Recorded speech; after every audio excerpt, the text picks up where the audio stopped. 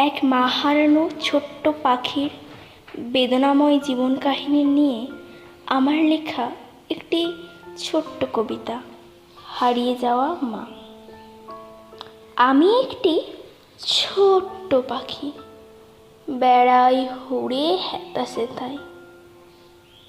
জানি না আমার মাকে খুঁজে পাবো কোথায়। নিঝুম রাতে ঘুমের মধ্যে ডাকি মা মা। আমার মা যে এত ডাকার পরেও ফিরে আসে না।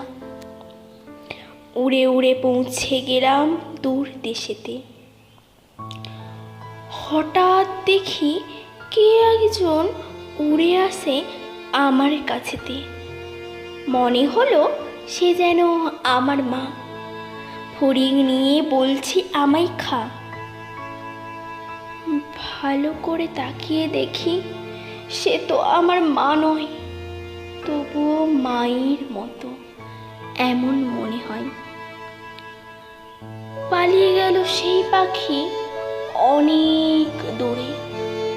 আচ্ছা, মাকে না নিয়ে আমি বাঁচব কি করে? যার কাছে গিয়ে শুধাই মায়ের কথা, বলে এক্ষুনি এখান থেকে যা। তোর মা আর নেই বেঁচে, তোর যে হারিয়ে গেছে মা। নমস্কার।